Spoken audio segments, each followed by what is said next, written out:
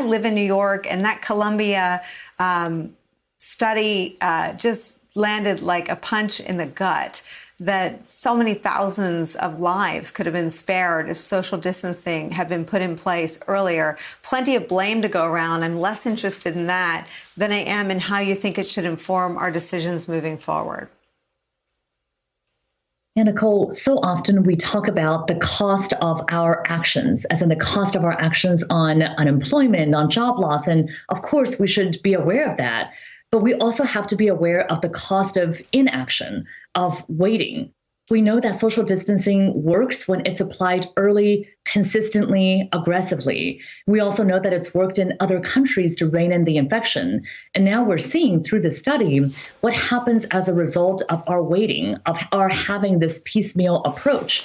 And to your point, Nicole, I want us to look forward and to say, well, what can we learn from this? And what we can learn is that when we relax these guidelines again and start to reopen, that, as Dr. Fauci has been saying, we are going to see a new wave, a resurgence, even before the fall.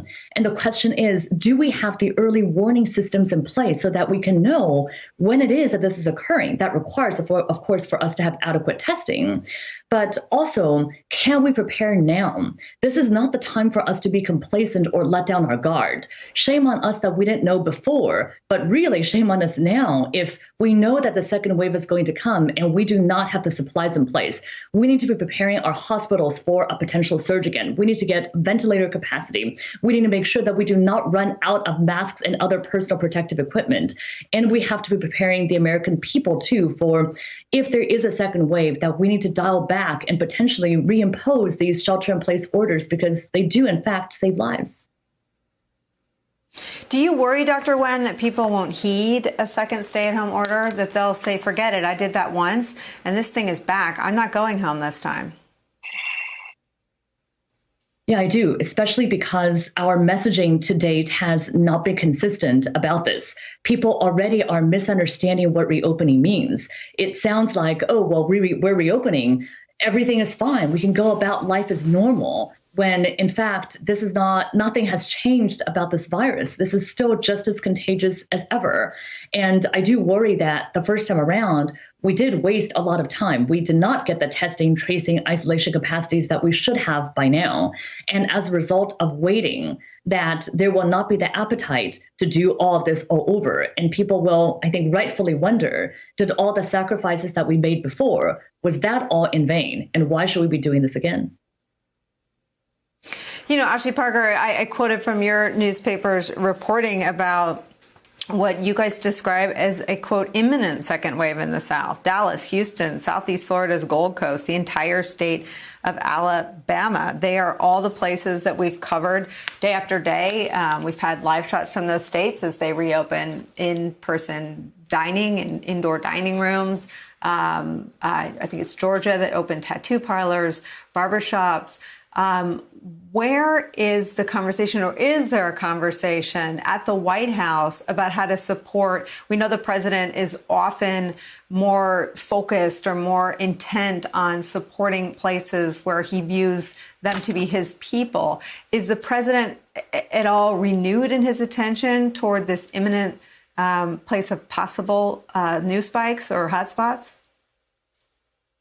Well, the president in general does not like to focus on the potential second wave outbreaks and the negativity. You've heard some of that magical thinking from him. There are people in his administration who are talking about, and they're not looking at, we know the president has been particularly amenable to red state governors, for instance, states that have voted for him. But in his orbit, people aren't dividing it up like that. But they are talking about that they are hoping that they would be better prepared if there is an outbreak. And I was talking to someone just yesterday who was saying, look, we're not wildly optimistic or impractically optimistic. We understand that as we start to reopen, there will be surges, there will be flare-ups.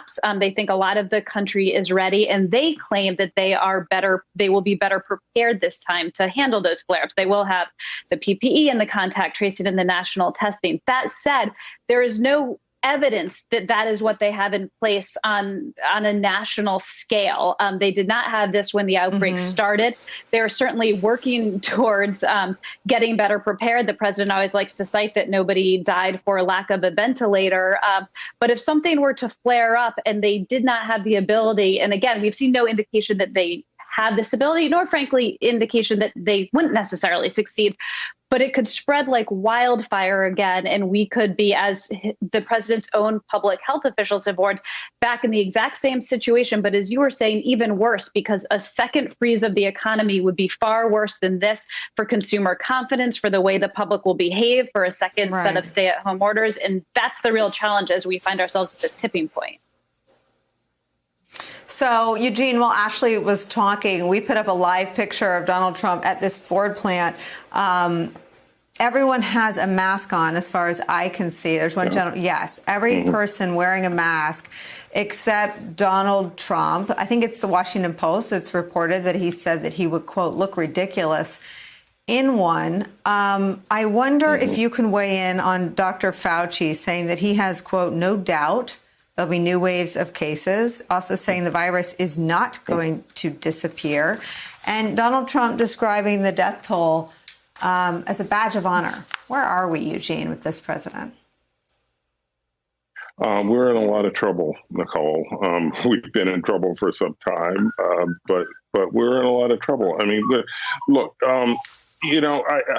it struck me, the president's reaction to that Columbia University study about the extra deaths that were caused, and the fact that, and I thought back, there was once upon a time, there was a Republican president, no flaming liberal, Dwight Eisenhower, who actually served for a time as president of Columbia University. It was back when the Republican Party believed in science and did not believe in stupid. And right now, it's the reverse. We have a Republican president who thinks that science that he finds inconvenient or counter to his political aims is not real science, and he doesn't believe in it, and he rejects it. So he rejects the scientists from one of the nation's great universities, and he's going to continue to do this. So once again, despite warnings, despite pleas, he goes into a Ford plant without a mask, unaware or uncaring that it's not so much that he might get the disease or catch the virus while he's there. It's that he might spread it and he might give it to others. That's why you wear a mask. You wear a mask to protect the community.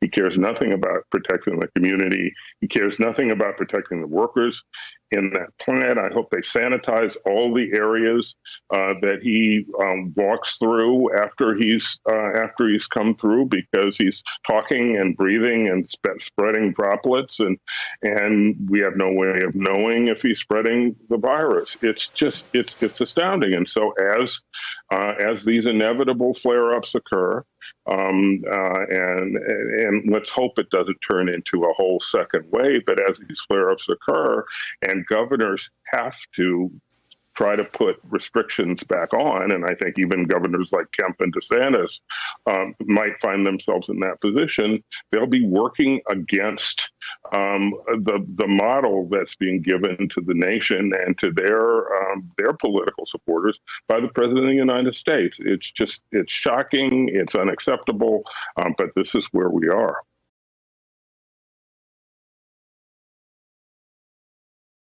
Hey there, I'm Chris Hayes from MSNBC. Thanks for watching MSNBC on YouTube. If you want to keep up to date with the videos we're putting out, you can click subscribe just below me, or click over on this list to see lots of other great videos.